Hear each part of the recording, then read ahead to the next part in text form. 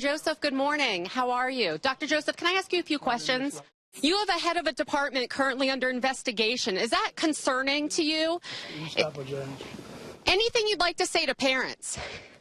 Is there any reason why you won't just answer a few simple questions? The score posted was 100. Look closer. It's from 3 years ago. Do you see how that can be kind of misleading to customers? Absolutely. That's from 2015. Why is the one from October not up on the wall? Can you use that radio to call for help if you needed to? Oh, no, because they won't fix it. This afternoon, we finally got a response from the company. They didn't answer any of our questions. Right now, I'm standing in the back of the complex, and I want to show you just how far some people have to walk simply to take a shower. Follow me.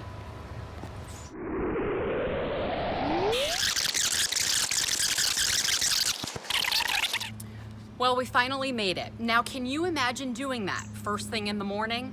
And check this out. I found this Facebook page filled with people who say they've experienced the same problem. Take a look around. You can see there are 2 people on this bus. And you want to know how much it costs to run this bus each year? $970,000 of taxpayer money.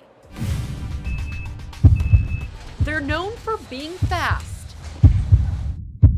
But when 61-year-old Mike Gelish's heart stopped beating at the Amazon facility in Murfreesboro, his fellow employees say getting him help was anything but quick. The lady said she tried to get on the radio. Radios don't work. They've always been an issue. Always. Since day one. These Amazon employees say radios at the facility that look just like this one don't always work. They're meant for emergencies, and according to these workers, there are several of them on each floor. Can you use that radio to call for help if you needed to? Oh, no, because they won't fix it. Both say when Gelish went into cardiac arrest, no one could find a working radio to call for help. And because they say it's against policy to have your cell phone on you, they didn't have those either. Gelish's widow wants that policy changed. If I had an emergency, I couldn't get a hold of them. And listen to what the 911 operator says when the security guard puts her on hold. Can I put you on hold so I can try and find out? Lord, I'm put on hold. And the I-team found out that caller never came back to the line. A few minutes later, dispatchers received another call. Ambulance service, where's your emergency? The I-team obtained Facebook posts where employees specifically ask about the unreliable radios. Has anyone heard if Amazon is going to fix them? They say they are trying to get it in the budget for next year, says one employee. I've been complaining to management for over a year about this issue. Do you feel safe at work? I mean, I don't, honestly. And according to the ambulance report itself, it took an estimated 5 minutes for someone to call 911 after Gelish collapsed. Is 5 minutes too long for someone to be down before a 911 call is made? Absolutely. The longer they're down, the more likelihood they're not going to survive. We wanted to interview someone with Amazon about this, but our repeated requests for an on-camera interview were denied. However, in an email, a spokeswoman says the team called EMS within 2 minutes of finding the associate, and EMS arrived in less than 10 minutes. We wanted documents showing how soon they responded, and we're still waiting for that. Amazon also says radios, including the one in the immediate area where the worker collapsed, were working, adding there was also a phone that can also be used to report a medical emergency. Seconds count. Whatever the delay, it's hard for Gelish's wife to hear. That's a long time. That's too long. Is the patient breathing at this time or still unresponsive? No. I always think, what if something happened? How long would it take for someone to find me? Something has to be done to change their policy. It's very important. That should be a #1 priority. Lindsay, Bramson, News 4 I-Team. The News 4 I-Team gets results, folks. Changes are being made at the Amazon facility in Murfreesboro after our investigation. Last month, we told you an employee died there, and some employees say that equipment that could have saved his life didn't work. News 4 I-Team's Lindsay Bramson joining us now. Lindsay, you first exposed what employees say it's like on the inside. So what's changed? That's right. You know, Lauren and Tracy, according to several employees, once our story aired, Amazon fixed the broken radios. And these radios are what employees can use in case of an emergency to call for help. Remember, and we told you this last month, and I'm going to tell you again, employees aren't able to have cell phones on them at work due to policy. But I've also learned that even more steps have been taken to make sure employees are safe at work. Is the patient breathing at this time or still unresponsive? No. When Mike Gellish had a heart attack at work, some employees say they couldn't find a working radio to call for help. They've always been an issue. Always. Since day one. The radios look like this, and several employees came to News 4 after they say if they could have called for help sooner, Gellish may still be alive today. The lady said she tried to get on the radio. Radios don't work. Several workers tell me after our story aired, Amazon fixed the radios. We also found out even more steps have been taken to make it easier to call for help. In this email, an Amazon spokeswoman confirms the company has implemented a one-button calling feature on phones to allow direct dialing to the on-site medical representative. Adding, at Amazon, we are constantly looking for ways to improve processes that help keep associates safe and improve the daily working environment.